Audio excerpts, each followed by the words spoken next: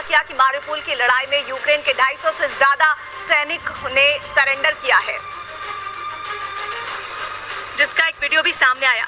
Video में बड़ी संख्या में सैनिक नजर आए जो एक कतार में एक तरफ जाते दिखाई दिए। दावा किया गया कि ये यूक्रेन मरीन के सैनिक हैं।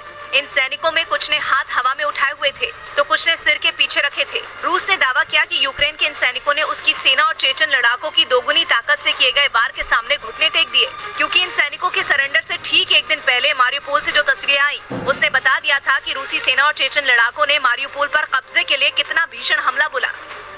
हालांकि अभी तक रूसी सेना या चेचन लड़ाकों ने मारिउपोल पर पूरी तरह कब्जे का ऐलान नहीं किया, लेकिन शहर के बाहरी इलाकों में अपने नियंत्रण में लेने के बाद चेचन लड़ाकों ने रूस की सेना के साथ मिलकर शहर के बीच अब तक का सबसे खतरनाक हमला बोल दिया, जिसके बाद पिछले एक हफ्ते से मारिउपोल शहर के कई इलाकों में रूसी सेना और यूक्रेन की सेना के बीच भयानक जंग छिड़ी हुई है। लेकिन यूक्रेन के सैनिकों के सामने मारिउपोल को बचाने के लिए एक साथ दो ताकतों से लड़ने की चुनौती है। रूस की सेना अपने खतरनाक टैंकों और आधुनिक हथियारों के साथ ताबड़तोड़ हमले बोल रही है, तो उधर रमजान कादिरोव के खूंखार चेचन लड़ाके भी यूक्रेन के सैनिकों के ऊपर कहर बनकर टूट रहे हैं। यही वजह है कि दोनों ने मिलकर मारिउपोल के एक बड़े इलाके से जेलेंस्की की सेना को खदेड़ने का दावा किया। और अब जो तस्वीरें सामने आई हैं, वो यूक्रेन के लिए किसी झटके से कम नहीं है, क्योंकि अगर 250 से ज्यादा यूक्रेन के सैनिकों के सरेंडर का दावा किया जा रहा है तो ये पहले से ही किसी इलाके में जूझ रही सेना के लिए छोटी बात नहीं।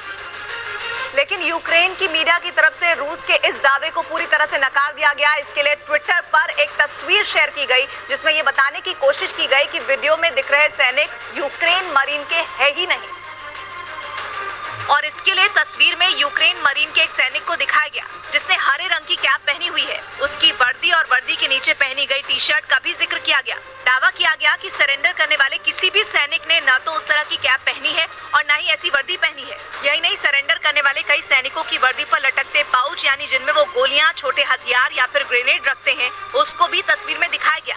और दावा किया गया कि सरेंडर करने की हालत में इन पाउच को कब्जे में ले लिया जाता है ताकि किसी भी तरह का खतरा बचा न रहे। इसके बाद उन सैनिकों की साफ सुथरी वर्दी और क्लीन शेव होने का भी दावा किया गया। कहा गया कि इतने दिनों से मारिउपोल में जंग लड़ रहे सैनिक भला इतने साफ कैसे रह सकते हैं। दावा तो ये भी किया गया कि रूस के मुताबिक 250 से ज्यादा सैनिकों ने सरेंडर किया, लेकिन किसी भी सैनिक के शरीर पर चोट का एक भी निशान नहीं दिखाई दिया।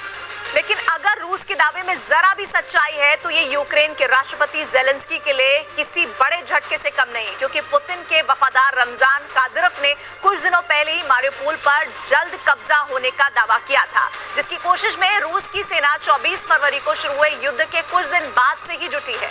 असल में मारिउपोल पर कब्जा यूक्रेन के सिर्फ एक शहर पर ही कब्जा नहीं, बल्कि पूरे देश की अर्थव्यवस्था की कमर तोड़ने की तरफ एक कदम है, क्योंकि अज़ोव सागर के किनारे बसा मारिउपोल उस इलाके में सबसे बड़ा बंदरगाह है और इस लिहाज से यूक्रेन के लिए बेहद अहम है।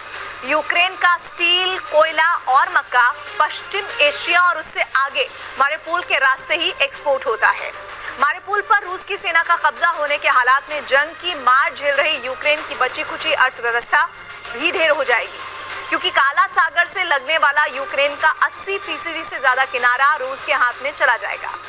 मतलब समंदर के रास्ते व्यापार करने का विकल्प ही यूक्रेन से छिन जाएगा और वो बाकी दुनिया से और भी ज्यादा कट जाएगा।